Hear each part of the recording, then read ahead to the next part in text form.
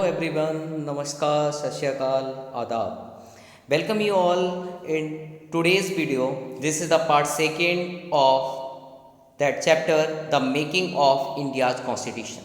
आप सभी लोगों का स्वागत है इस पार्ट 2 में, जो कि the making of India's constitution, भारतीय संविधान का निर्माण कैसे हुआ, इसके बारे में हम लोग डिस्कस कर रहे थे, जिसका पार्ट 1 पूरे तरीके से कंप्लीट हो चुका है. And today we are going to start part second, in which we will know about the committees. कौन कौन सी कमेटीज़ थी जो कॉन्स्टिट्यूशन के द्वारा बनाई गई थी, कॉन्स्टिट्यूशनल कमेटी ने किस तरीके की समितियाँ बनाई थी, इन सारी चीज़ों के बारे में डिस्कस करेंगे. ओवरऑल कौन कौन उसके हेड थे, किसने किस तरीके की असेंबली को हेडेड किया था, सारी बातें आज विस्तार से डिस्कस करने वाले हैं हम लोग. तो कल हम जो लोग काफ़ी सारी चीज़ों को पढ़े हैं, जिसमें कि कैबिनेट मिशन जो कि एक संविधान बना के उद्देश्य से क्रिप्स और लॉरेंस को इंडिया में भेजा गया था कि एक संविधान बनाया जाएगा, एक संविधान सभा की शुरुआत की जाएगी. इसके अलावा बाद में ये देखने को मिला इलेक्शन के बाद, जो इलेक्शन का प्रोसीजर था, कि वहाँ पर माउंटबेटन प्लान भी आ गया था. क्योंकि मुस्लिम लीग इस पूरे प्रपोजल से सहमत नहीं थी. It was not agreed. That is why Mountbatten plan ला गया था. This was a plan that separates India into two dominions. British India को 2 डोमिनियंस में कन्वर्ट कर दिया गया था, इंडिया एंड पाकिस्तान, जहाँ से जिसमें ये भी था कि पाकिस्तान का बॉर्डर डिमार्केशन लाइन, ये सारी चीज़ें उसी माउंटबेटन प्लान में शामिल थी कि किस तरीके से डिमार्केशन लाइन, किस तरीके से पंजाब का प्रांत इंडिया में कौन सा पार्ट रहेगा, कितना पार्ट जाएगा पाकिस्तान की तरफ. ऐसे ही हमारा बंगाल, जो आज के टाइम में बांग्लादेश है, ये पहले बंगाल का पार्ट था. इसका डिवाइड करके बांग्लादेश में इसको ईस्टर्न और वेस्टर्न बंगाल बोल दिया गया था. जो ईस्टर्न बंगाल था वो पाकिस्तान का पार्ट था. बट आफ्टर द वॉर, जो इंडिया के द्वारा एक तरीके से बांग्लादेश बनाने की कवायद शुरू हुई, उसमें बांग्लादेश को एक नए राष्ट्र का दर्जा दिया गया था. But it was the part of Pakistan. वैसे भी पाकिस्तान का पार्ट था. जब बंटवारा हुआ था तब तक वो पाकिस्तान का पार्ट था. लेकिन पाकिस्तान की कुछ की गई इस तरीके की एक्सप्लॉयटेशंस, इस वजह से बांग्लादेश के लोग काफ़ी सारे नाराज़ थे. और उसके बाद 1971 में इंडिया ने उसमें इंटरवेंशन करके उसको आज़ाद कराया. इस तरीके से बेटे के बाद नाती का भी जन्म हो गया था. ठीक है, तो ये था बांग्लादेश के बारे में सब कुछ. आज हम डिसाइड करने वाले हैं संविधान सभा की समितियों के बारे में. ये एक पुराना न्यूज़पेपर है इंडियन एक्सप्रेस का, जो मैं आपके साथ लेकर आया हूँ. ज़रा इसको मैं आपके साथ शेयर कर रहा हूँ. देखिएगा किस तरीके से अनाउंसमेंट किया गया था. India proclaimed sovereign democratic republic. देखिए, Indian Express, the Indian Express का न्यूज़पेपर है ये one of the old news, पुरानी न्यूज़ है काफ़ी. 26 रैन का न्यूज़पेपर है. India proclaimed sovereign democratic republic. Bharat ने अपने आप को सॉवरेन डेमोक्रेटिक रिपब्लिक अनाउंस कर दिया है. ये न्यूज़ छपी थी द टाइम्स ऑफ इंडिया के अंदर. वही दिन है 26 जनवरी का, जिस दिन हम लोगों का रिपब्लिक स्टार्ट हो गया था. राजेंद्र प्रसाद सोन इन एज प्रेसिडेंट. राजेंद्र प्रसाद ने प्रेसिडेंट के रूप में शपथ ली थी. तो ये सारी चीज़ें हैं. आज संविधान सभा की समितियों के बारे में पढ़ेंगे कि कौन कौन सी कमेटीज़ बनाई गई थी. चलिए थोड़ा विस्तार से डिस्कस करते हैं. सबसे पहली बात कि संविधान सभा ने, जब संविधान का कॉन्स्टिट्यूशन से रिलेटेड इतने सारे काम करने होते थे, क्योंकि कॉन्स्टिट्यूशन कोई एक सिंगल सा छोटा मोटा डॉक्यूमेंट नहीं है. It is a big task, काफ़ी बड़ा टास्क है. और इस सबको मेंटेन करने के लिए there is a need of committees. एक तरीके की समितियों की ज़रूरत थी, एक तरीके की कमेटीज़ की ज़रूरत थी. और इन सारी कमेटीज़ को बनाने की कवायद शुरू हुई. तो इसके लिए समितियों का गठन किया गया था. There was a recruitment of the committees, जिसमें कि 8 बड़ी बड़ी कमेटीज़ थीं और इसके अलावा कुछ स्मॉल कमेटीज़ भी थीं. ठीक है, इस कमेटीज़ में, बड़ी कमेटीज़ में सबसे पहले जैसे कि एक कमेटी थी जिसका नाम था, कलर चेंज कर दूँ थोड़ा सही दिखेगा आपको, संघ शक्ति समिति, जिसको यूनियन पावर कमेटी का नाम दिया गया था. Union power committee. तो जो यूनियन पावर कमेटी थी, या जिसको बोलूँ मैं संघ शक्ति समिति, ये किसके द्वारा प्रिसाइडेड की जा रही थी. This was presided bye Pandit Jawaharlal Nehru. इसके हेड पंडित जवाहरलाल नेहरू जी थे, जो इसको प्रिसाइड कर रहे थे. सेकेंड, इसके अलावा एक और बड़ी समिति union constitution committee. Union constitution committee जो संघ की संविधान समिति थी, सेकेंड यूनियन कॉन्स्टिट्यूशन कमेटी। इस कमेटी को कौन प्रिसाइड कर रहा था, कौन इसका हेड था? इसके हेड भी पंडित जवाहरलाल नेहरू ही थे। ये काफ़ी इंपॉर्टेंट बात कि पंडित जवाहरलाल नेहरू दोनों बड़ी बड़ी समितियों के अध्यक्ष थे। JL नेहरू जो इस कमेटी के भी अध्यक्ष थे। यहाँ पे थोड़ा ज़्यादा अच्छा नहीं दिख रहा है, थोड़ा आगे बढ़ा दे रहा हूँ उसको, यहाँ पे आता है, इस स्लाइड पे बढ़ते हैं। हाँ जी, तो फर्स्ट मैंने आपको बताया union power committee, second committee का नाम संघीय संविधान समिति, यूनियन कॉन्स्टिट्यूशनल कमेटी, इसके भी हेड पंडित जवाहरलाल नेहरू थे। इसके अलावा एक स्टेट लेवल पर, लेजिस्लेटिव लेवल पर या स्टेट लेवल पर कॉन्स्टिट्यूशनल कमेटी भी थी। कॉन्स्टिट्यूशनल कमेटी लेजिस्लेटिव लेवल पर या कहूँ स्टेट लेवल पर कॉन्स्टिट्यूशनल कमेटी। इस कमेटी को हेड कौन कर रहा था? इस कमेटी को हेड कर रहे थे सरदार पटेल, मीन्स हमारे फर्स्ट होम मिनिस्टर। क्या नाम है? सरदार वल्लभ भाई पटेल, वल्लभ भाई पटेल। तो ये हेड कर रहे थे इसको।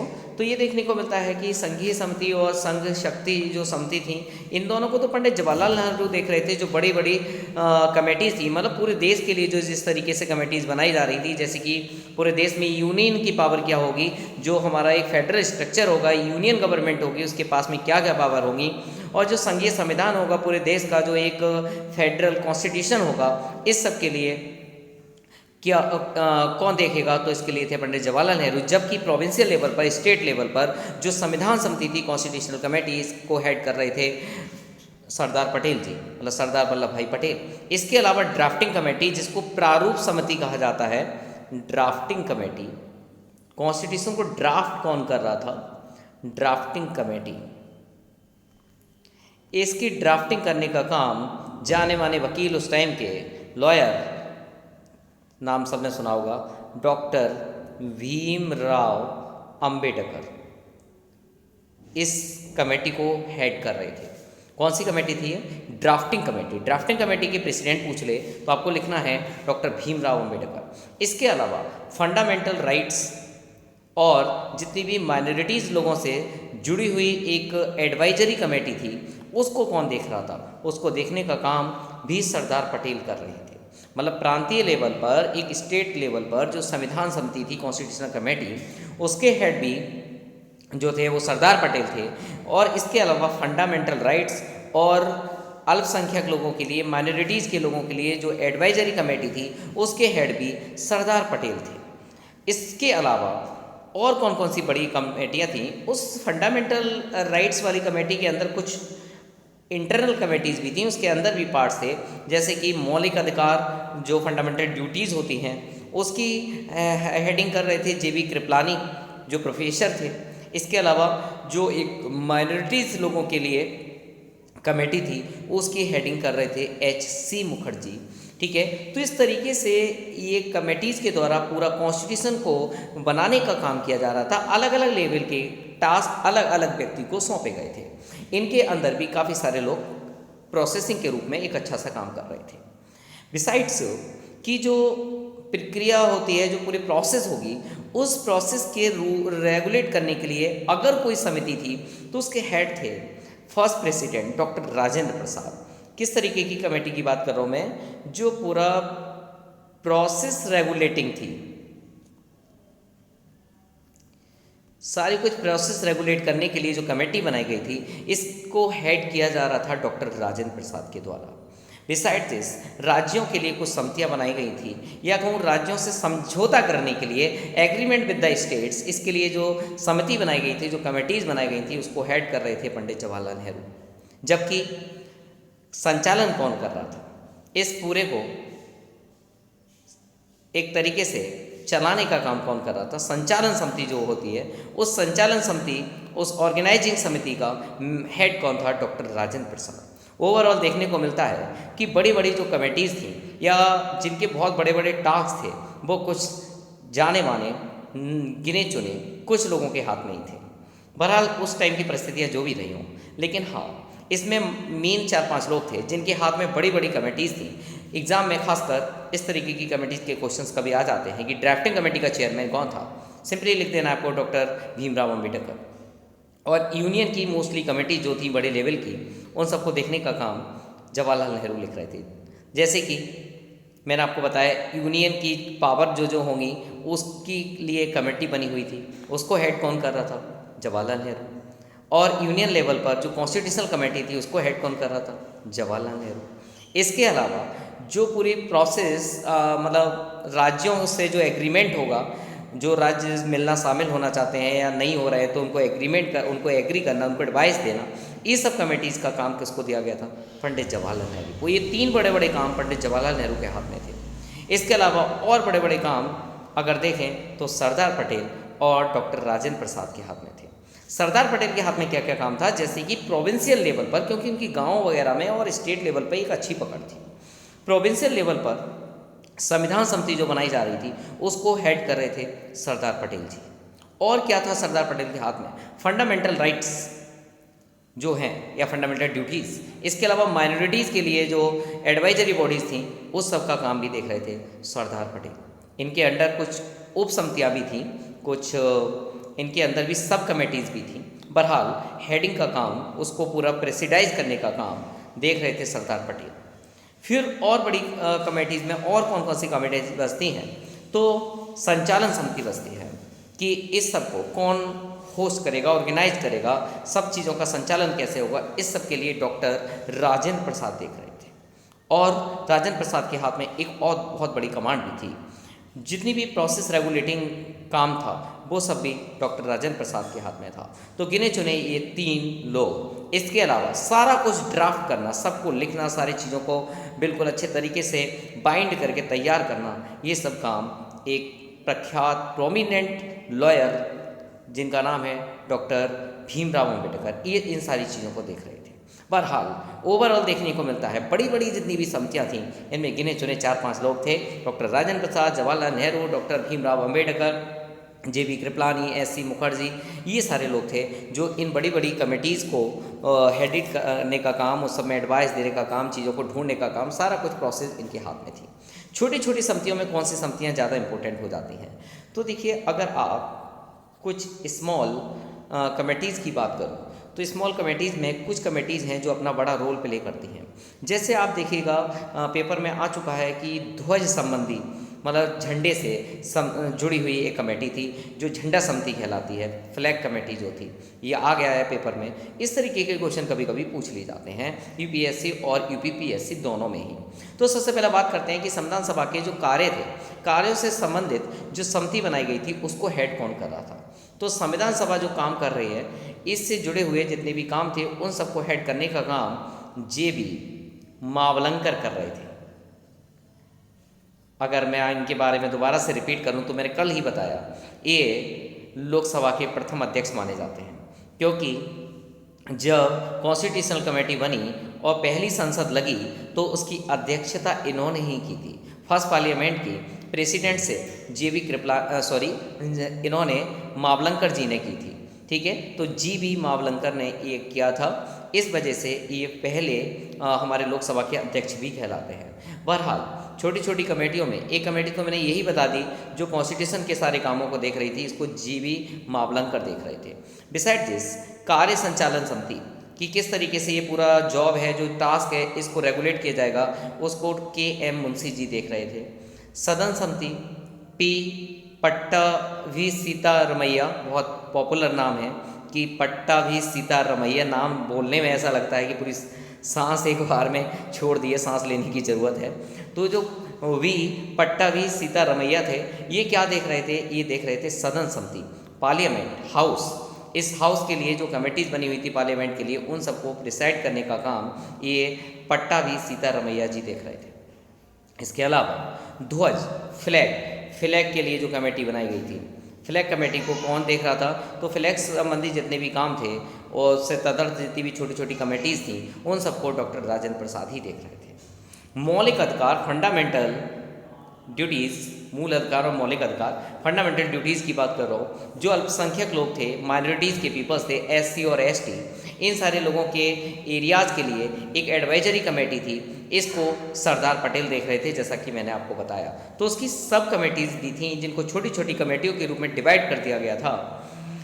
इस तरीके से सरदार पटेल एक बहुत बड़ा रोल प्ले कर रहे थे। खासकर सरदार पटेल का अगर रोल आज भी जाना जाता है तो वो एक ऐसा होम मिनिस्टर जिसने देश के बहुत सारे एरियाज जो इंडिया में ज्वाइन नहीं हुए थे या इंडिया को जिन्होंने ज्वाइन नहीं किया था, उन सबको इंडिया में ज्वाइन कराने का काम अगर जाता है तो शायद इसी व्यक्ति को जाता है जिनका नाम है पटेल जी, सरदार वल्लभ भाई पटेल।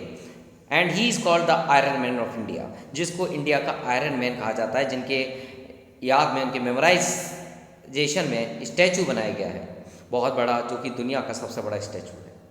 ठीक है, तो ये आयरन मैन ऑफ इंडिया है जिन्होंने इंडिया को आज के टाइम में जो आप मैप देख रहे हो, इस मैप को सारोकार करने का काम शायद इसी व्यक्ति ने किया था।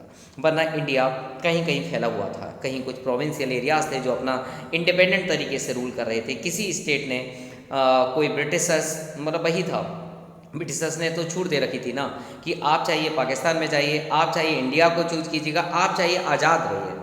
तो सब लोगों ने अपने अलग अलग तरीके से काम किया, लेकिन इंडिया को यूनाइट करने का काम सारे लोगों ने किया बहरहाल। लेकिन इसमें एक सबसे बड़ा अगर मोटिवेशनल व्यक्ति या सबसे ज़्यादा आयरन मैन अगर कोई दिखते हैं तो वही है जिसका मैं आपसे डिस्कस कर रहा था, सरदार वल्लभ भाई पटेल।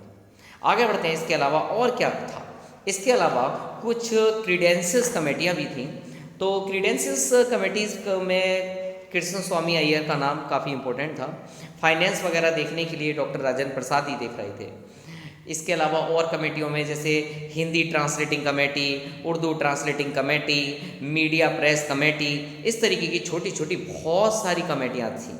ठीक है, इंडिया इंडिपेंडेंस एक्ट 1947 का आकलन करना, तो उसको इन्वेस्टिगेट करने के लिए भी एक कमेटी थी कि जो एक्ट है उसमें क्या क्या चीज़ें ठीक हैं, क्या नहीं है, क्या हटाना चाहिए, क्या रेगुलेट करना चाहिए। ठीक है, ऐसे ही जो प्रांत होंगे, जो भी एरियाज होंगे, उनके लिए चीफ कमिश्नर को कैसे बिठाना है, क्या क्या उसके रूल्स, मतलब सारी चीज़ों पर अलग अलग तरीके से काम चल रहा था। भाषा, कहाँ पर लैंग्वेज को लेकर कौन कौन से राइट्स होने चाहिए, कौन सी लैंग्वेज को हमें कॉन्स्टिट्यूशनल में रखना है, क्या करना है, ये सारी चीज़ों के लिए भी अलग अलग भाषाओं के लिए प्रांतीय भाषा, मतलब स्टेट लेवल पर जो लैंग्वेज थी उसके लिए अलग से कमेटी थी, और पूरे देश की भाषा क्या होगी इसके लिए हिंदी अलग कमेटीज़ थी। पूरे सारी चीज़ों को ट्रांसलेट करने के लिए उर्दू समिति, हिंदी अनुवाद समिति, इस तरीके की काफ़ी सारी कमेटीज़ थी। सर्वोच्च न्यायालय के अधीन, मतलब उसमें कौन कौन सी कमेटीज़ होंगी, इस सब के काम भी दिया गया था। कहने का मतलब कॉन्स्टिट्यूशन बनने की प्लानिंग तो पता चल गई, आखिर ये कॉन्स्टिट्यूशन बना कैसे? तो उसमें एक पहला प्रोसेस समझ में आता है कि इतना बड़ा कॉन्स्टिट्यूशन बनाना किसी एक व्यक्ति के दिमाग का गेम नहीं था। दूसरी बात, किसी भी एक सोर्स से इतना बड़ा कॉन्स्टिट्यूशन बना लेना जो दुनिया का सबसे बड़ा कॉन्स्टिट्यूशन है, ये कोई एक छोटा मोटा टास्क नहीं है। इसको बनाने में इतना छोटा मोटा वक्त भी नहीं लगा, बहुत सारा टाइम लगा। जैसे कि कल मैंने आपको पूरे दिन, मंथ, डेज सब कुछ बता दिया। तो इतना बड़ा काम, इतना सारा कॉन्स्टिट्यूशन को बनाने में जो इतना वक्त लगा, ये सब कोई आसान काम थोड़ी है। इसको कमेटीज़ की हेल्प से किया गया था। इतनी सारी कमेटीज़ इसमें काम कर रही थी, तब जाके कहीं ये सारा चीज़ पॉसिबल हो पाई, आपका कॉन्स्टिट्यूशन ये बन पाया। तो कॉन्स्टिट्यूशन को बनाने में इतनी सारी दिक्कतें आई, उन सबको फेस किया, ये सब अपने आप में बहुत बड़ी बात है। कॉन्स्टिट्यूशन बनाना कोई छोटा मोटा काम नहीं है। कहने के लिए हम बहुत सारी बातें कह सकते हैं, बहुत सारी कमियां ढूंढ सकते हैं, कॉन्स्टिट्यूशन के अंदर फ्लेक्सिबिलिटी है, ये बात ठीक है। लेकिन उस टाइम की परिस्थितियों को देखते हुए जो कॉन्स्टिट्यूशन बनाया गया, उस कॉन्स्टिट्यूशन में शायद उन्होंने बड़ा सोच समझ के ही बनाया गया होगा। बहरहाल परिस्थितियों के अकॉर्डिंग इसमें अमेंडमेंट भी होते रहते हैं, क्योंकि कॉन्स्टिट्यूशन में अगर कोई कमी है तो सुधारने का भी मौका मिलना चाहिए डेमोक्रेसी के अंदर, और ऐसा होता भी है। हम कॉन्स्टिट्यूशन के अंदर काफ़ी सुधार करते हैं। जैसे आपने प्रीवियस ईयर ही देखा, आर्टिकल 370 को हटाया गया, 35A को हटाया गया। क्यों?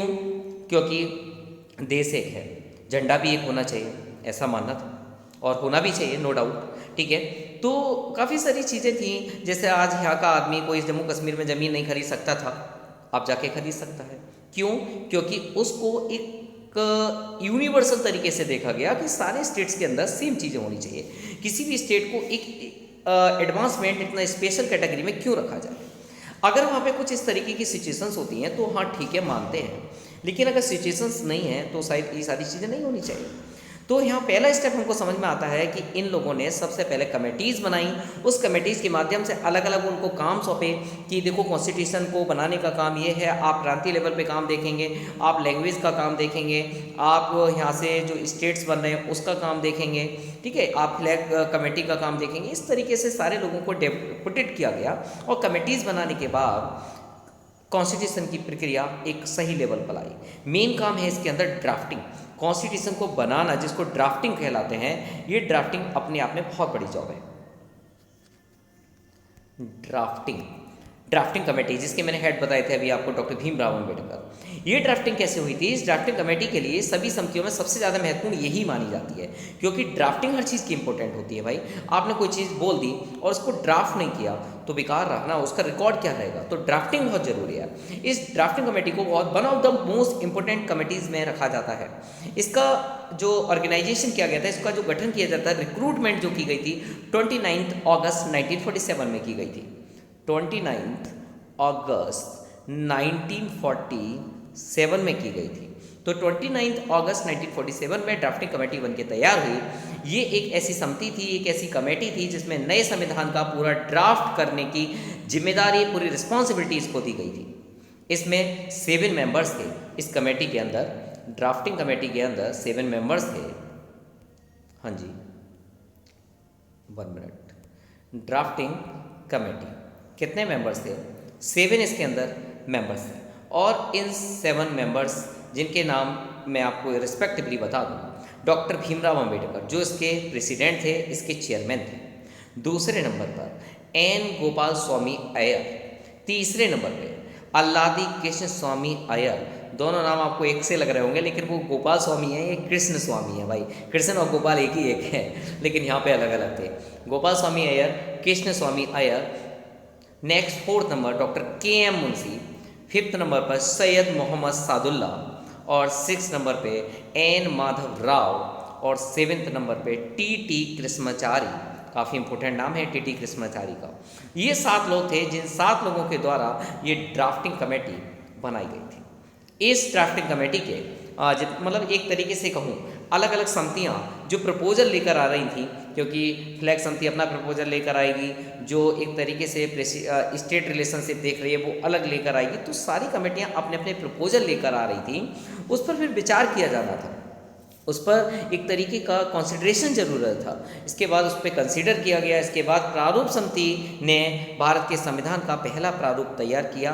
फर्स्ट ड्राफ्टिंग वाज डन और इसे फरवरी 1948 में पब्लिश भी किया गया था। पहला ड्राफ्टिंग फेब 1948 में सबसे पहले एक प्रारूप तैयार किया गया था, प्रकाशित किया गया, इसको पब्लिश किया गया। भारत के लोगों को इस प्रारूप पर चर्चा करने का राइट था कि ये जो प्रारूप बनाया गया है, प्रारूप समझ रहे, प्रारूप का मतलब एक ड्राफ्ट बनाया गया है। Draft is not final. Draft का मतलब फाइनल नहीं होता है। ड्राफ्ट का मतलब होता है एक तरीके का मतलब कहूँ एक जीरोक्स बना दी हमने, ऐसे मानो। मतलब जैसे एक जीरोक्स कॉपी होती है और एक ओरिजिनल कॉपी होती है, तो ये जीरोक्स है, ओरिजिनल नहीं है, ऐसे समझिए। तो ड्राफ्टिंग की गई थी। ड्राफ्टिंग पर लोगों को चर्चा करने का राइट था, लोग उस पर डिस्कस कर सकते हैं। इसाइड दिस, इस सब के अलावा संशोधन किए जा सकते हैं, इसके अंदर अमेंडमेंट किए जा सकते हैं, इसमें संशोधन किया जा सकता है। और इस सब के लिए प्रस्ताव देने का टाइम दिया गया था कि 8 माह का आपके पास टाइम है, 8 मंथ्स का टाइम है। 8 मंथ का टाइम है, तब तक आप सोच लें, विचार कर लें, इसके अंदर चेंज भी लाए जा सकते हैं। आप अपनी एडवाइस लेकर आएँ, इस पर डिस्कस करें। सारी चीज़ें थी, लोगों की प्रॉब्लम्स, लोगों की शिकायतें, लोगों की क्रिटिक्स, लोगों की आलोचनाएं, लोगों की एडवाइस, लोगों के सजेशंस, इतनी सारी चीज़ों को देखकर फिर 1948 में मतलब एक तरीके से दूसरा प्रारूप तैयार किया गया। ये पहला प्रारूप था, फर्स्ट ड्राफ्टिंग थी। इसके बाद सेकंड ड्राफ्टिंग की बात आई तो अक्टूबर 1948 में 8 महीने का टाइम था, मैंने बताया आपको। तो 8 महीने में जितनी भी एडवाइस आई, जितने भी लोगों के क्रिटिक्स थे, सारी चीज़ों को देखा गया, इन्वेस्टिगेट किया गया, सही तरीके से उस पर जजमेंट बिठा ले गए। उसके बाद अक्टूबर 1948 में इसकी सेकेंड ड्राफ्टिंग पब्लिश होती है, और सेकेंड ड्राफ्टिंग पब्लिश होने के बाद प्रारूप समिति जो थी, जो ड्राफ्टिंग कमेटी थी, इसने अपना प्रारूप तैयार करने में 6 माह से भी कम टाइम का वक्त लिया, मतलब मोर लेस देन 6 मंथ्स का टाइम लिया। और इस दौरान इसने कुल अपनी 141 सिटिंग्स की, मीटिंग्स की, जब इसने ये सारी चीज़ों को डिस्कस किया। तो ये अपने आप में ड्राफ्टिंग कमेटी एक बहुत बड़ा रोल प्ले करती है। जिस ड्राफ्टिंग कमेटी ने एक बहुत बड़ा रोल प्ले किया कि लोगों को मौका भी दिया, लोगों को चॉइस दी कि हाँ, आपके पास डिस्कस करने का राइट है, आप डिस्कस कीजिएगा, आप एडवाइस दीजिएगा। लोगों ने आलोचनाएं दी, सारी चीज़ों को सुना गया, उसके बाद डिसीजन लिया गया और लोगों के फेवर में ही लिया गया। यहाँ तक कॉन्स्टिट्यूशन का ड्राफ्ट हो चुका था, जहाँ मैं आपको बता रहा हूँ कि हम लोगों ने अक्टूबर 1948 में सेकेंड ड्राफ्टिंग पास ऑन कर दी थी। इसके बाद संविधान प्रभाव में कैसा आया, केम इनटू इफेक्ट में कैसे आया, कब से लागू हुआ, ये सारी बातें काफ़ी इंपॉर्टेंट हैं। तो 4 नवंबर 1948 को, ये डेट काफ़ी इंपॉर्टेंट है, 4 November 1948। Why this date is so important? On this date संविधान जो था, कॉन्स्टिट्यूशन, इसका लास्ट प्रारूप पेश किया गया था। लास्ट जो ड्राफ्टिंग थी वो ये थी 4 नवंबर 1948, मतलब आपका संविधान पूरे तरीके से तैयार हो चुका था 4 नवंबर 1948 को, और इसको पेश किया गया। इसको संविधान सभा में पहली बार पढ़ा गया था। कॉन्स्टिट्यूशनल कमेटी के अंदर पहली बार इसको पढ़ा गया, पढ़ के सबको सुनाया गया, और इस कमेटीज में 5 दिन तक आम चर्चा हुई, जैसे नॉर्मल डिस्कशन किया गया था। 5 डेज डिस्कशन था, 4 को ये इशू हुआ और 9 डेट तक इसमें डिस्कशन चला। दैट इज वाई ये कहा जाता है कि संविधान पर दूसरी बार 15 नवंबर 1948 से विचार होना शुरू हो गया था। मतलब हम लोगों ने ये 5 डेज के गैप, मतलब 9 डेट तक ये सब विचार किया, और ये विचार चला, और इस पर बाय सीक्वेंस एक एक पार्ट पर फोकस किया गया, क्योंकि कॉन्स्टिट्यूशन काफ़ी बड़ा था। इसको 4-5 दिनों में इतनी जल्दी से डिसाइड कर लेना, इसके बारे में जजमेंट कर लेना, ये एक जल्दबाजी होती।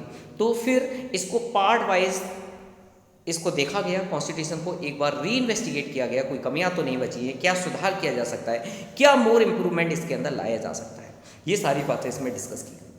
उसके बाद लगभग 7000 से भी ज़्यादा, 7568 के आसपास इसमें संशोधन प्रस्ताव आए, अमेंडमेंट करो, सुधार करने के प्रपोजल्स आए। बताइए, 7500 के आसपास प्रपोजल्स आए कि इसमें और सुधार किए, जिसमें लगभग 2500 के करीब 2700 के आसपास इम्प्रूवमेंट पर चर्चा हुई। 7500 में से लगभग 1/3 पर डिस्कशन किया गया था, और डिस्कशन किए जाने के बाद संविधान पर तीसरी बार 14 नवंबर 1949 से विचार होना शुरू हो चुका था, और डॉक्टर भीमराव अम्बेडकर ने constitutional page settled by the assembly we passed, ये प्रपोजल एक्सेप्ट हुआ। क्या कह रहा हूँ मैं, दोबारा सुनिए। संविधान पर तीसरी बार, मतलब 2 बार ऐसा काम कर चुके हम, जैसे पहली ड्राफ्टिंग, दूसरी कमेटी, फाइनल ड्राफ्टिंग थी, मैंने बताया आपको। इस फाइनल ड्राफ्टिंग में पहले 5 से लेकर 4 से लेकर 9 डेट तक आए, फिर हमने इसको 14 नवंबर 1948 से विचार चलता रहा, और डॉक्टर भीमराव अम्बेडकर ने एक टर्म बोला, the constitution page, the constitution is settled by the assembly be passed. जो कॉन्स्टिट्यूशन असेंबली ने कॉन्स्टिट्यूशन को बनाया है, इसको पास किया जाता है। तो संविधान के इस ड्राफ्टिंग में जब ये पेश किया गया, तो 26 नवंबर 1949 को बिल्कुल पूरी तरीके से फाइनलाइज कर दिया गया। मीन सबसे इम्पोर्टेंट डेट अगर यहाँ पे कोई देखने को मिलती है, तो दिस इज 26 नवंबर 1949। ये वो डेट है जिस दिन संविधान पूरे तरीके से बनके तैयार हो गया था। अब इसके अंदर किसी भी तरीके का कोई भी संशोधन, कोई भी इम्प्रूवमेंट और अमेंडमेंट बिल्कुल किसी भी सीमा पर नहीं होना था। मतलब सारे विचार, सारी चीज़ें, सब कुछ अब फिनिश हो चुका था। एंड एट लास्ट लोगों के सिग्नेचर कराए गए, इसका हेड, इसके मेंबर्स, सारे लोगों ने इस पर सिग्नेचर किए। 299 जो मेंबर्स थे उसमें जिस दिन साइन हुए उस दिन मात्र 284 इतने मेंबर्स वहाँ पे प्रेजेंट थे और जिन्होंने संविधान सभा पे हस्ताक्षर किए 284 में, जबकि टोटल मेंबर्स मैंने आपको बताए 299 में से उस दिन जो प्रेजेंट थे वो 284 थे। इन 284 मेंबर्स के इस कॉन्स्टिट्यूशन पे साइन कराए गए। संविधान की प्रस्तावना में इसकी इंट्रोडक्शन में 26 नवंबर 1949 का उल्लेख भी किया गया है कि हम लोगों ने संविधान का जो इंट्रोडक्टरी पेज है, जिसका जो एक तरीके से कहूँ प्रस्तावना है इसकी, वहाँ पे ये बात भी की गई है कि हम लोगों ने 26 नवंबर 1949 को पूरे तरीके से संविधान को पास कर दिया गया, लागू नहीं किया गया। दोनों वर्ड अलग हैं। अगर मैं बोलूँ इन्फोर्स कब हुआ तो वो डेट अलग लिखनी पड़ेगी, तो इसकी डेट अलग है। तो इसको ये पास हो गया, अभी इनेक्टेड नहीं हुआ था। 26 नवंबर 1949 को ये पास हुआ है। दोनों डेट अलग है, मैं बार बार ये बात बोल रहा हूँ क्योंकि इस तरीके के क्वेश्चन कभी उलझा देते हैं आपको, ठीक है। तो संविधान की प्रस्तावना में ये बात लिखी भी गई है कि जिस दिन भारत के लोगों ने सभा में संविधान को अपनाया, एडॉप्ट कब किया, दो वर्ड्स लिख के आते हैं, एडॉप्ट और इन्फोर्स। अगर आपसे एडॉप्ट पूछा जाए कि कॉन्स्टिट्यूशन का एडॉप्शन कब हुआ, तो एडॉप्शन की डेट यही 26 नवंबर 1949। अगर आपसे पूछा जाता है कि कॉन्स्टिट्यूशन को हम लोगों ने इनेक्ट कब किया, या कहूँ फोर्स्ड कब हुआ, इनेक्ट कब हुआ या फोर्स कब हुआ, संविधान में लागू कब हुआ, तो लागू होने की डेट 26 जैन 1950 है। कल मैंने आपको इसका लॉजिक भी बता दिया। लॉजिक यही था कि पूर्ण स्वराज की मांग रखी गई थी 1930, लेकिन ऐसा हो नहीं पाया था, तो उस डेट को मेमोराइज बनाया जाना था। इस वजह से तब तक वेट किया गया था कि 26 जैन नहीं आती है तब तक हम इसको नहीं बनाएंगे। तो 26 जैन 1950 को इसको हमने इनेक्ट कर लिया और अपना रिपब्लिक चालू कर दिया। तभी से हम लोग रिपब्लिक डे को सेलिब्रेट करते हैं। तो 26 नवंबर 1949 को हम लोगों ने इसको अडॉप्ट किया। जिस कॉन्स्टिट्यूशन के अंदर जब अडॉप्ट किया गया उस टाइम क्या क्या चीज़ें थीं, तो 395 आर्टिकल्स इस कॉन्स्टिट्यूशन के अंदर, 395 अनुच्छेद, 8 लिस्ट थी, इतनी अनुसूचियाँ थी जिसको हम लोगों ने एक्सेप्ट किया। तो पूरी प्रस्तावना को, पूरे संविधान को लागू करने के बाद लागू किया गया। जो आप प्रस्तावना सुनते हैं, जो इसकी प्रियम्बल्स की बात कहते हैं, संविधान लागू होने के बाद आया है, ठीक है। तो ये सारी चीज़ें हैं। संविधान सभा की सदस्य संख्या जैसे अलग अलग थी। अगर आप कॉन्स्टिट्यूशन मेंबर, जो मैं आपको 229 मेंबर्स बता रहा था, वो 229 मेंबर्स भी अलग अलग थे। जैसे मैं कहूँ आपसे कि मद्रास से कितने थे, तो मद्रास चेन्नई मतलब 49 मेंबर्स थे, बम्बई से 21 मेंबर्स थे, और जो वेस्ट बंगाल था यहाँ से 19 मेंबर्स थे, और जो हमारा यूनियन प्रोविंस है जिसको हम आज उत्तर प्रदेश बोलते हैं, चलो एक नई बात भी जान लीजिएगा कि जो आज यूपी कहलाता है उत्तर प्रदेश, इसका पुराना नाम यूनियन प्रोविंस था। इसको उस टाइम हम लोग संयुक्त राज्य के नाम से जानते थे, संयुक्त प्रांत बोला जाता था, ठीक है। संयुक्त प्रांत उस टाइम भी काफ़ी बड़ा था। तब उस टाइम यहाँ से 55 सीट्स हुआ करती थी। तो इस तरीके से सारी जगह से सीट थी, जिसमें 229 सीट्स तो इस तरीके से थी, और जो भारतीय राज्य थे मतलब देसी रियासत, जैसे कि बड़ौदा, भोपाल, अरबर, तो यहाँ से भी लोग थे अपनी अपनी सीट से। देसी रियासत 70 थी। तो एक तो ब्रिटिश डोमिनेंस में बात करें हम लोग तो 229, इसके अलावा यहाँ से जो भारतीय राज्य हुआ करते थे, देसी रियासत जिनको कहेंगे हम लोग, मतलब यहाँ पे राजा महाराजा रूल करते थे, 78 थी। तो 9 7 2 9 और 2 का 229 हो गए, ठीक है। तो इस तरीके से 229 हुआ करती थी। सिक्किम का भी राजा था, सिक्किम वगैरह, वो भी इंडिया में ही एडजॉइनिंग हो गए थे। तो इस तरीके से ये चीज़ तो पता चल जाता है कि संविधान कैसे आया, कैसे लागू हुआ। इसमें जो लॉ मिनिस्टर थे, ठीक है, law minister doctor Bhimrao Ambedkar थे उस टाइम, और जो लॉ मिनिस्ट्री को देख रहे थे, क्योंकि कानून के बहुत अच्छी ज्ञाता थे जैसा माना जाता है। डॉक्टर भीमराव अंबेडकर ने सभा में संविधान के प्रारूप को रखा, इसके ड्राफ्टिंग को रखा। उन्होंने कमेटी के जो कार्यकलाप थे उसमें सबसे बढ़ चढ़कर रोल प्ले किया। इसी वजह से हम आज उनको याद करते हैं, डॉक्टर भीमराव अंबेडकर को, और उनकी दलील बहुत अच्छी होती थी। लोग कहते हैं कि दलील बहुत अच्छी देते हैं। भाई वो भी बहुत अच्छी दलीलें दिया करते थे जब किसी भी चीज़ का क्रिटिक्स को सामने आता था। उन्हें इंडियन कॉन्स्टिट्यूशन का फादर कहा जाता है। अगर कहीं पे टाइटल्स में इस तरीके से क्वेश्चन पूछ लेता है कि who is the father of India's constitution, तो he is doctor Bhimrao Ambedkar. इस नाम से उन्हें पहचाना चाहा जाता है। क्यों? Because he was not only a writer, merely writer नहीं थे वो, कोई लेखक नहीं, लेखक के अलावा वह कॉन्स्टिट्यूशंस एनालाइजर थे, जो इस पर विशेषज्ञ थे, रिसर्चर थे, अनुसूचित जातियाँ, शेड्यूल कास्ट के नेता थे, भारत के संविधान के प्रमुख शिल्पकार थे, मेन क्रिएटर थे जिन्होंने कॉन्स्टिट्यूशन को बनाया। इसी वजह से उनको आज के टाइम में मॉडर्न मनु का टाइटल भी दिया जाता है। उनको लोग मॉडर्न मनु भी कहते हैं। तो डॉक्टर भीमराव अम्बेडकर के बारे में ये सारी बातें कुछ खास थी। संविधान में कुछ परिवर्तन जो हुए उसके बारे में भी मैं आपसे डिस्कस कर लूँ कि संविधान का पहले तो परिवर्तन बाद में पढ़ेंगे, परिवर्तन अभी बहुत बात की बात है, कितने चेंजेस आए, बहुत सारी चीज़ें हैं। संविधान जब परिवर्तित हुआ तो उस टाइम 26 नवंबर 1949 में सिटीजनशिप, इलेक्शन, पार्लियामेंट और उस टाइम एक तरीके से कहूँ, एक तरीके से परिवर्तनशील था, ये सब टेम्पररी था, टेम्पररी रूल्स थे इसके लिए। तो इनमें छोटे छोटे कुछ आर्टिकल्स जोड़े गए, जैसे आर्टिकल 5, आर्टिकल 6, 7, 8, 9, इस तरीके के आर्टिकल्स जोड़े गए थे, है ना। आर्टिकल्स को इसमें जोड़ा गया और स्वतः ही ये एक तरीके से कहूँ ऑटोमेटिकली ये लागू हो गए। तो संविधान के शेष बचा हुआ जो पार्ट है, ठीक है, शेष बचे हुए जितने भी प्रपोजल्स थे 26 जनवरी 1950 पे लागू कर लिए गए। 26 नवंबर तक जितने लागू हो गए। इसके अलावा भी कुछ बची हुई चीज़ें थी जिनको लागू किया जाना था, जिनको इम्प्लीमेंट किया जाना था, वो हमने 26 जनवरी 1950 जब हमने देश में अपना रिपब्लिक लागू किया उस टाइम हमने इन चीज़ों को रेगुलेट कर लिया। तो शुरुआत के दिन के रूप में ऐसा देखा जाता है कि 26 जनवरी 1985 मेन दिन है और इसे लोग आज के टाइम में रिपब्लिक डे के रूप में मनाते हैं और इसी दिन संविधान की शुरुआत के रूप में माना जाता है। इसीलिए इसी को चुना गया क्योंकि इसका एक हिस्टोरिकल इम्पोर्टेंस है जो मैंने आपको बताया।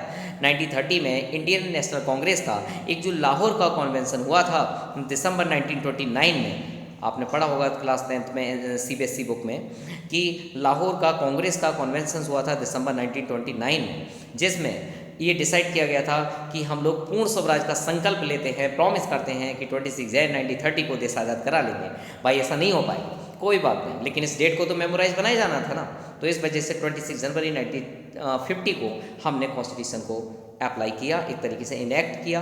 तो भारतीय स्वतंत्रता अधिनियम 1947 जिसको इंडियन इंडिपेंडेंस एक्ट 1947 बोलते हैं, ये इसके अलावा गवर्नमेंट ऑफ इंडिया एक्ट 1935, ये दोनों ही चीज़ें समाप्त कर दी गई।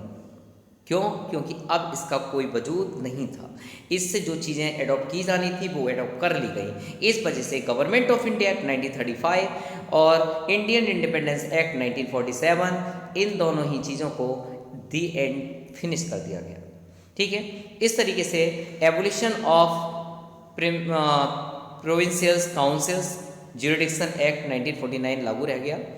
संविधान सभा के लोगों ने आलोचनाएं की हैं कि ये जो कॉन्स्टिट्यूशन कमेटी है इसके बारे में लोगों ने बहुत कुछ बोला है, बोलना भी चाहिए क्योंकि आलोचनाएं नहीं होंगी तो इम्प्रूवमेंट भी नहीं होंगे। There is a need of critic, लोगों की क्रिटिक्स की बहुत ज़्यादा ज़रूरत है।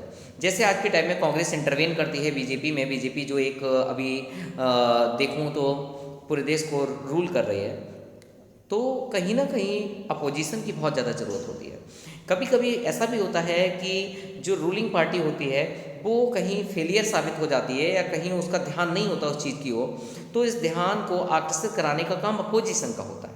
तो अपोजिशन से स्ट्रांग होना बहुत ज़रूरी है। ऐसे ही ये संविधान सभा तो बन गई, इसके क्रिटिक्स खत्म नहीं हुए, इसके अंदर कमियां थी वो तो लोग निकालेंगे ना। तो लोगों ने इसकी आलोचनाएं की हैं, किस तरीके से लोगों ने इसके बारे में कुछ कमेंट्स किए हैं ज़रा मैं आपको बता दूं।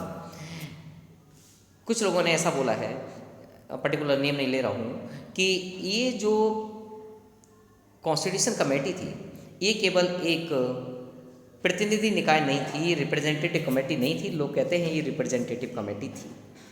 क्यों कहते हैं ये, इस तरीके की दलीलें क्यों देते हैं लोग?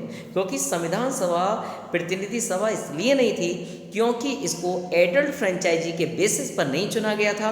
ये एक इनडायरेक्ट इलेक्शन के माध्यम से, जिसमें मैंने पॉपुलेशन का पार्ट बताया 10 लाख पे एक सीट, इस हिसाब से चुना गया था। और इसमें हर किसी की वोटिंग नहीं थी। इस वजह से ये एक इनडायरेक्ट इलेक्शन के माध्यम से चुनी गई एक सभा थी, इसलिए लोगों ने इसका क्रिटिक किया। सेकंड क्रिटिक देखने को मिलता है कि इसमें थोड़ा सा डोमिनेंस का लैक था। डोमिनेंस का लैक था मतलब कि संविधान सभा एक संप्रभु निकाय नहीं थी, क्योंकि इसका जो कंस्ट्रक्शन किया गया था वो ब्रिटिश सरकार के प्रस्तावों के आधार पर हुआ। सम पीपल से, कुछ लोग, कुछ क्रिटिक ये कहते हैं कि जो आपने कॉन्स्टिट्यूशन को बनाया, इस कॉन्स्टिट्यूशन में फिर भी काफ़ी सारे प्रपोजल ब्रिटिश गवर्नमेंट के रहे। और ये भी कहते हैं लोग, संविधान सभा अपनी बैठकों से पहले ब्रिटिश गवर्नमेंट से इजाज़त लेती थी। इस तरीके का क्रिटिक्स भी देखने को मिलता है। तीसरा क्रिटिक्स ये देखने को लगता है, लोग कहते हैं दिस वाज द बर्बादी ऑफ समय, मतलब this was wastage of time, समय की ये बर्बादी थी। क्यों?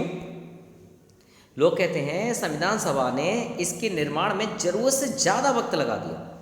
उन्होंने ये भी कहा, अमेरिका का एग्जाम्पल लेकर, कि अमेरिका के संविधान जो निर्माता थे, जो अमेरिका में कॉन्स्टिट्यूशन कंस्ट्रक्ट किया गया था जिन लोगों के द्वारा, उन्होंने मात्र 4 महीने में अपना काम पूरा कर लिया, और तुमने इतना बड़ा वक्त लगा दिया इस कॉन्स्टिट्यूशन को, सालें लगा दी। तो इस बारे में क्रिटिक्स की जाती है। इसके अलावा इसमें एक बहुत बड़ी क्रिटिक्स की जाती है जो पॉलिटिकल क्रिटिक्स है। पॉलिटिकल क्रिटिक्स बोलूँ तो ये कहा जाता है कि कांग्रेस का इसमें बड़ा डोमिनेंस था। नो डाउट, कांग्रेस के सारे, आपने नाम सुन लिए, सारे कांग्रेस के ही नज़र आ रहे होंगे। तो आलोचकों का ये आरोप है, ये आरोप कर रहे हैं कि संविधान सभा में कांग्रेसियों का प्रभुत्व था। इसके अंदर मेनली लोग कांग्रेस के थे, और ब्रिटेन के जो कॉन्स्टिट्यूशनल विशेषज्ञ थे, जिस ऑस्टिन ने एक स्टेटमेंट बोला है। क्या स्टेटमेंट है ऑस्टिन का, ज़रा मैं बता दूं आपको, कि संविधान सभा एक तरीके का कोई दल है, मतलब कोई पार्टी है, सभा ही कांग्रेस है और कांग्रेस ही भारत है। बहुत बढ़िया बात कही है उन्होंने। ये एक ब्रिटिश कॉन्स्टिट्यूशनल रिसर्चर है, विशेषज्ञ है। क्या कहते हैं? कहते हैं सभा ही कांग्रेस है और कांग्रेस ही भारत है। जो कॉन्स्टिट्यूशन कमेटी बनाई गई वो कांग्रेस है और कांग्रेस ही भारत है। इन्होंने ये इस तरीके से क्रिटिक्स किया है। अगर मैं कुछ और लोगों की बात करूं तो लोग कहते हैं कि इस कमेटी के अंदर लॉयर्स और पॉलिटिशियंस की कमी थी। अच्छे अच्छे राजनीतिक और वकील इसमें नहीं आ पाए। वकीलों और नेताओं का नहीं आ पाएगा, मतलब वो ये कहना चाहते हैं कि इसमें मेनली वही लोग थे। कौन कौन लोग थे? लॉयर्स थे और पॉलिटिशियंस थे। इसके अलावा आम आदमी, इंटेलेक्चुअल पर्सनालिटी, पढ़े लिखे लोग, फिलोसफर्स, वो कहाँ चले गए? केवल इसमें लॉयर और लीडर मीन्स पॉलिटिशियंस, इसके अलावा कोई नहीं था क्या? क्यों? इस बारे में क्वेश्चन किया जाता है। कहते हैं संविधान का जो आकार है ना, इतना बड़ा बनाया है, ये वकीलों ने बनाया खींच खींच के। वकीलों के बारे में ऐसा कहा भी जाता है, लॉयर्स के बारे में लोग यही कहते हैं कि टांगे खींचते हैं, बाल में से खाल निकालते हैं। भाई साहब, बाल में से खाल ही निकाली गई है, तभी तो इतना बड़ा कॉन्स्टिट्यूशन है, दुनिया का सबसे बड़ा कॉन्स्टिट्यूशन है। तो लोग ये भी कहते हैं कि संविधान के जो आकार है, इतना बड़ा जो साइज है, इसके अंदर जो कॉम्प्लेक्सिटी है, जो लैंग्वेज यूज़ की गई है, उस लैंग्वेज के अंदर जो कॉम्प्लेक्सिटी है, उसका रीज़न यही है क्योंकि इसमें वकील थे, इसमें पॉलिटिशियंस थे। और ये कहा जाता है इस कॉन्स्टिट्यूशन में हिंदुत्व का प्रभाव ज़्यादा था। हिंदुइज्म ज़्यादा ही डोमिनेंस में था इस कॉन्स्टिट्यूशनल कमेटी के अंदर। ये कुछ आलोचक कहते हैं संविधान सभा में हिंदुओं का वर्चस्व था। लॉर्ड डिस्काउंट ने ये कहा है ये तो हिंदुओं को निकाय है, ये तो हिंदुओं की कमेटी है। ऐसे ही विंस्टन चर्चिल का नाम सुना हुआ आपने, काफ़ी पॉपुलर पर्सनालिटी है। विंस्टन चर्चिल कहते हैं कि संविधान सभा ने भारत के केवल एक बड़े संप्रदाय का प्रतिनिधित्व किया है। It is getting representation only a big majority, not the whole country. ये विंस्टन चर्चिल का बोला हुआ स्टेटमेंट है। तो ये सारी चीज़ें थी। संविधान सभा को एक नज़र में देखूँ तो काफ़ी सारे चीज़ें देखने को मिलती हैं। 24 जनवरी 1950 को ये बनाया गया। कायनात शुरू हो गई थी 9 दिसंबर 23 दिसंबर के बीच में 1946 से। इतने अमेंडमेंट हुए, अमेंडमेंट चलते रहे भाई साहब, तब जाके 26 नवंबर 1949 को फाइनलाइज हुआ और इनेक्ट हुआ 26 जनवरी 1950 को। तो ये था इसके बारे में कुछ खास बातें। कैबिनेट मिशन मैंने जो कल आपको पढ़ाया था, कैबिनेट मिशन थोड़ा इंपॉर्टेंट हो जाता है। वैसे तो आप हिस्टोरिकल मूवमेंट्स जब पढ़ेंगे तो ज़रूर पढ़ेंगे। 24 मार्च 1946 को भारत आया था ये, और इसके अंदर दो मेन बड़े बड़े लोग ब्रिटिश कम्युनिटी के, जिसमें कि लॉर्ड पैथिक लॉरेंस और सेकेंड पर्सन का नाम था सर स्टैफोर्ड क्रिप्स। ये दो लोग इस कमेटी में आए थे। इन्होंने अपनी योजना, अपना प्लान, इसको हम लोग कैबिनेट मिशन बोलते हैं, प्लान 16 मई 1946 को रखा। इसके अलावा भारत सरकार अधिनियम 1935, इसमें जो टैक्स था, संपत्ति, प्रॉपर्टी, एजुकेशन, ठीक है, इसके आधार पर सीमित मताधिकार मिले लोगों को, मतलब पूरे तरीके से लोगों को मताधिकार कहाँ था इसमें। जब कॉन्स्टिट्यूशन कमेटी बनी तो उसमें सब लोगों को दिया जाना था राइट। कोई पढ़ा है, पढ़ा लिखा नहीं है, इससे क्या मतलब होता है, लेकिन प्रॉपर्टी है नहीं है, इससे क्या मतलब होता है, टैक्स देता है नहीं देता, इससे क्या मतलब होता है। लेकिन नहीं, इन्होंने उसी को आधार माना गवर्नमेंट ऑफ इंडिया एक्ट 1935 को। उसके बेसिस पर इन्होंने वोटिंग राइट दिया कि जितने भी मेंबर्स होंगे इसके, वो उस व्यक्ति को चुनेंगे। किस बेसिस पर चुनेंगे, उसका क्राइटेरिया जो डिसाइड किया गया वो प्रॉपर्टी, एजुकेशन और टैक्स था, कि इन तीनों की कैटेगरी के बेसिस अगर कोई व्यक्ति उसको क्वालिफाई करता है तो वो वोट देने का अधिकारी है। मतलब all peoples were not participated in that election. Simple सा था ये। तो क्रिटिक्स होना बहुत ज़रूरी है, और क्रिटिक्स लोगों ने किया है, कहीं हद तक ये ठीक भी होती है, क्योंकि कमियां हैं तभी लोग निकाल रहे हैं, है ना।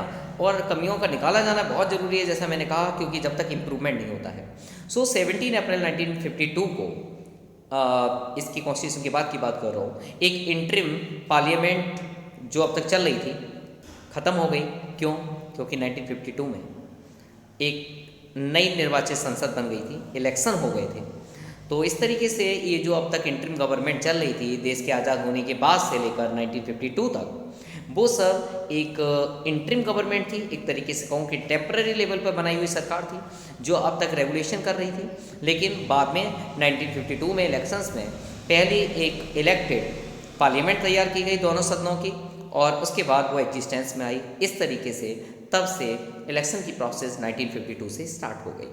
तो इस तरीके से हम लोग मेकिंग ऑफ इंडियाज़ कॉन्स्टिट्यूशन के बारे में इन डिटेल समझ पाए कि कॉन्स्टिट्यूशन की प्रोसेस कैसे शुरू हुई, किस तरीके से लोगों ने कॉन्स्टिट्यूशन बनाने की एक कवायद शुरू की। बहरहाल कॉन्स्टिट्यूशन ऑफ इंडिया को जिस हिसाब से यहाँ पे इनेक्ट किया गया है, ये चीज़ें आपको जाननी चाहिए। द पीपल ऑफ इंडिया क्या बोला गया है, ज़रा देखिए, एक minute. The people of India having solemnly resolved to constitute India to a sovereign democratic republic and to secure to all citizens justice, liberty, equality, fraternity, assuring the dignity of the individual and the unity of the nation in our Constitutional Assembly this 26th day of November 1949 do hereby adopt।